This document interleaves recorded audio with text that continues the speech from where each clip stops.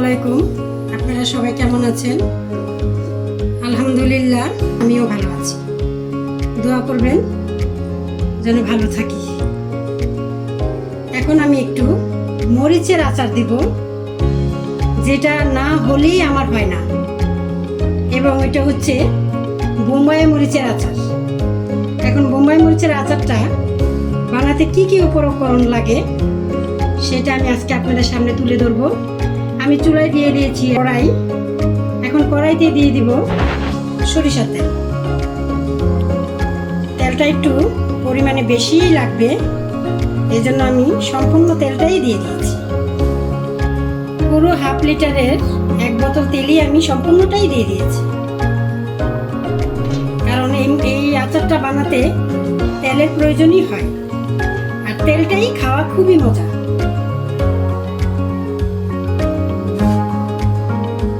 এখন আমি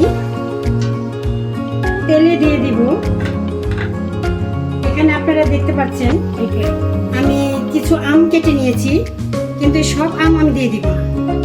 কিছু আম আমি রাখবো এবং অল্প কিছু আম আমি তেলের ভিতরে দেব।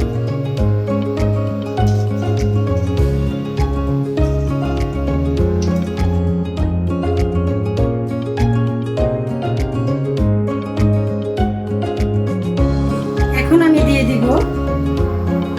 দিব পরিমাণ মতো 1 চা চামচ লবণ।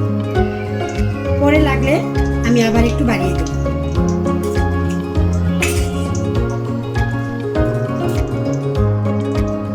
এখন এটা আমি একটু নাড়িয়ে নেব।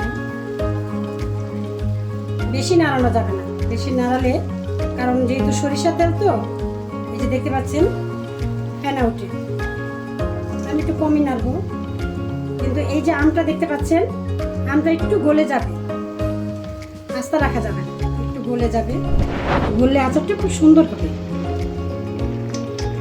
চুলার আঁচটা আর একটু বাড়িয়ে দেব।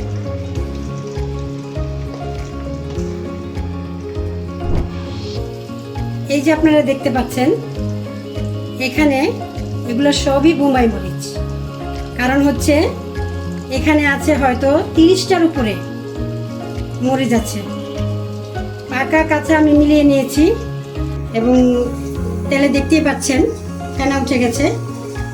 এই যে আমি মরিচগুলো আপনাদেরকে দেখিয়েছিলাম, মরিচগুলোর প্রত্যেকটা মরিচের বোটা আমি ফেলে দিয়েছি, এবং মরিচগুলো আমি কেচি দিয়ে, দেখুন প্রত্যেকটা মরিচ আমি এইভাবে প্রত্যেকটা মরিচ 2 ভাগ করে, মানে একটু একটু করে কেটে নিয়েছি।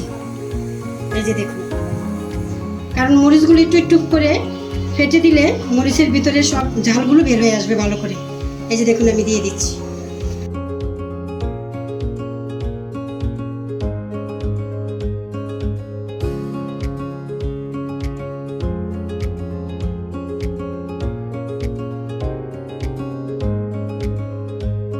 আমি 1 চামচ লবণ দিয়েছিলাম, ওটার ভিতরে আমি আরেক চামচ লবণ দিয়ে দিব।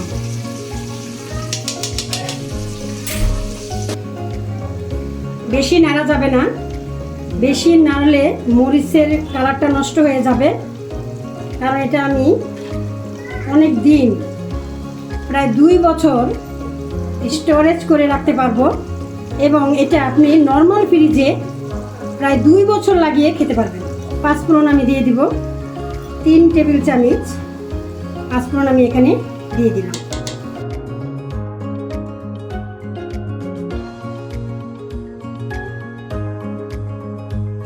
এখন এটা আমি চুলায় একটু কম আঁচে রেখে দিব, কারণ এটা একটু সিদ্ধ হতে হবে।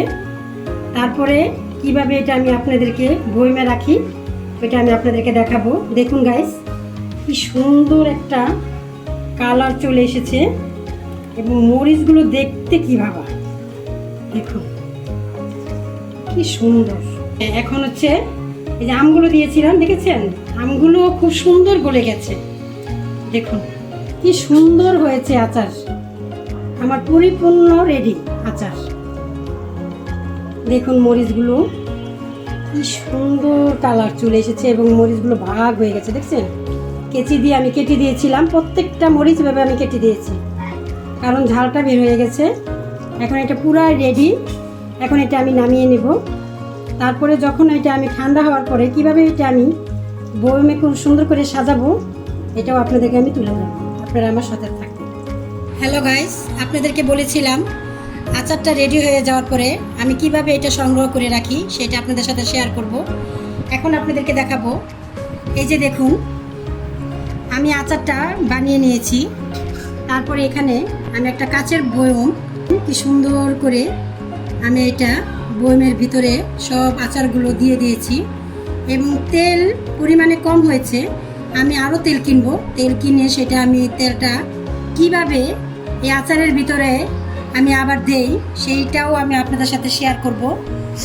কারণ এটার মরিচের শুধু তেলটাই খাবে, মরিচ থেকে যাবে। কোনো কেউ যদি খায় তা খাবে, কিন্তু সবচাইতে এটার ইয়াই হচ্ছে তেলটা। দেখুন আমি কি সুন্দর করে এটা আমি এখানে রেখে দিয়েছি, কি সুন্দর দেখা যাচ্ছে দেখুন। এখন এটা আমি মনে করেন যে 2 বছরও যদি আমি নর্মাল ফ্রিজে রেখে দেই এবং বাহিরেও রেখে দেই, এটা কোনো প্রকারেই নষ্ট হবে না, সুন্দর খাওয়া যাবে। যে কোনো খিচুড়ি, মাংস, ভাত, মাছ সবের সাথেই খাওয়া যাবে। এতক্ষণ আমার সাথে থাকার জন্য আপনাদের সবাইকে ধন্যবাদ। এবং আমাকে আপনারা যদি ভালোবেসে থাকেন অবশ্যই আমাকে একটা লাইক, কমেন্ট, শেয়ার করবেন, যেন আপনাদের সাথে আমি আরও সুন্দর সুন্দর সব কিছু রান্না বাড়া আপনাদের সাথে শেয়ার করতে পারি। আপনারা আমার জন্য দোয়া করবেন।